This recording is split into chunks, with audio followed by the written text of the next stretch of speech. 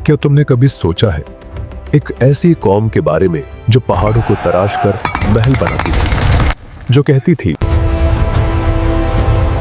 हमसे ताकतवर कौन? मगर जब आसमान का हुक्म आया तो उनके महल मिट्टी में मिल गए।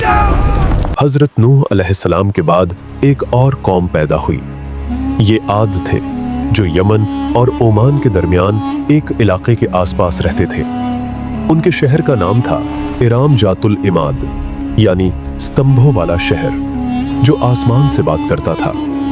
उनकी बदन पहाड़ों जैसा मजबूत था, कद बादलों को छू लेते थे और उनका गुरूर आसमान को चीर देता था। वो कहते थे, हम ही जमीन के वारिस हैं और हमेशा रहेंगे। अल अहकाफ की रेत में उनके शहरी इलाके दूर दूर तक फैले हुए थे।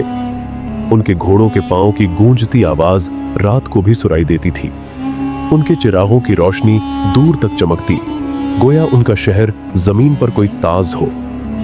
और वे अपनी सभाओं और बैठकों में अक्सर एक ही बात कहते, हम जैसे लोग दोबारा कभी पैदा नहीं होंगे।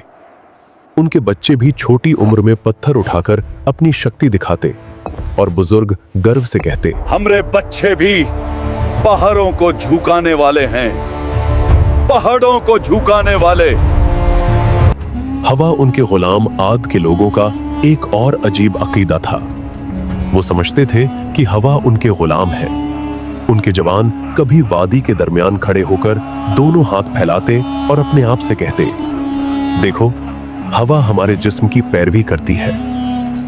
बुजुर्ग लोग अपनी निशस्त महफिल में से कहते, हमारे बाप दादा हवा का रुख बदल देते थे, हमें कौन रोक सकता है? वो लोग जब तूफान को दूर से आता देखते तो हंसकर कहते, हवा हमारे साथ है, ये हम पर नहीं, हमारे दुश्मनों पर पड़ेगी। लेकिन उन्हें क्या पता था कि आने वाली हवा उनकी सबसे बड़ी दुश्मन बन चुकी है। आद के लोग सिर्फ लंबे ही नहीं थे, उनकी जिस्मानी बनावट आम इंसान से कई गुना बड़ी थी। दरिया के किनारे उनके कदमों के निशान आज भी पहाड़ों के दरमियान मिलते हैं।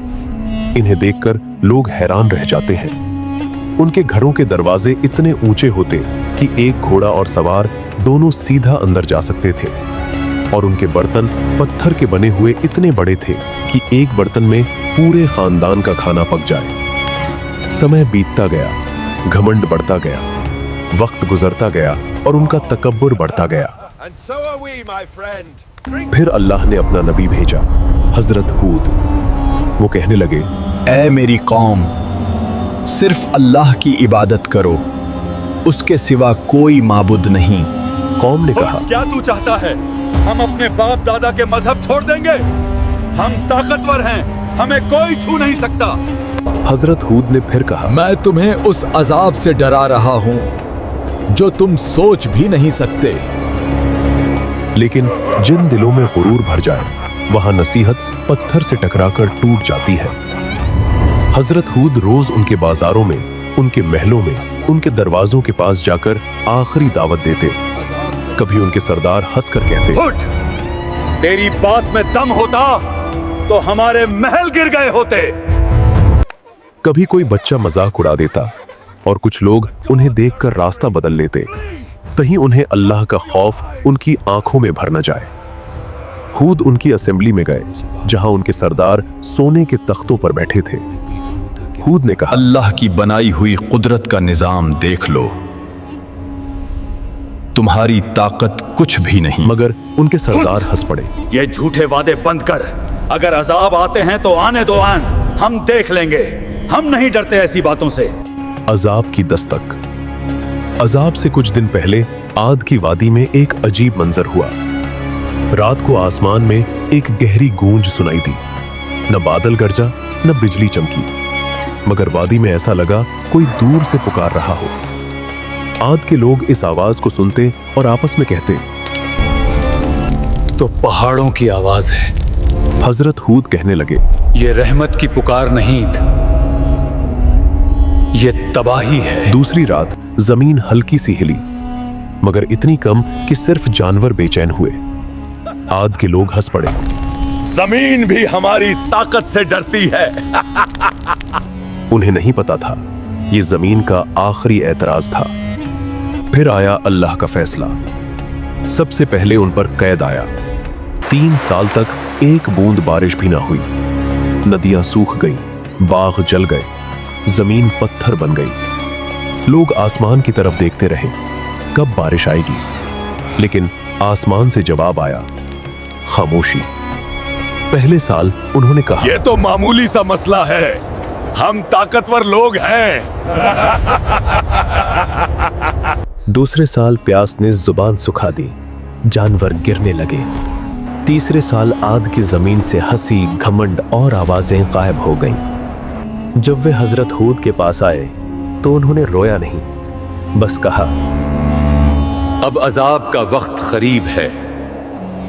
फिर एक दिन 3 बादल आए, एक लाल, एक सफेद, एक स्याह। फरिश्ते ने पुकारा, ऐ कौमे आद, एक बादल चुनो। सरदार बोले, काला बादल, इसमें रहमत है, बारिश है। मगर उन्हें क्या पता, उस बादल में रहमत नहीं, कहर छुपा था। आसमान स्याह हो गया, हवा ठंडी हो गई, लोग नाचने लगे। देखो बारिश आ गए। लेकिन वो बारिश नहीं, अजाब का तूफान था। पहला झोंका आया, धूल और पत्थर उड़ गए। दूसरा झोंका, पेड़ गिर गए, जानवर उड़ गए। तीसरा झोंका, इंसान हवा में उछल गए। उनकी इमारतें, उनका घमंड, उनका शहर सब बिखर गया। 7 रात और 8 दिन वो तूफान चल, और जब हवा रुकी तो सिर्फ सन्नाटा था। रेत का समंदर और गिरे हुए शरीर, खजूर के खोखले तनों जैसे। लेकिन जो लोग हजरत हूद पर ईमान लाए, अल्लाह ने उन्हें बचा लिया। हजरत हूद ने कहा, तकब्बुर का अंजाम हमेशा तबाही है और अल्लाह की नाफरमानी हलाकत।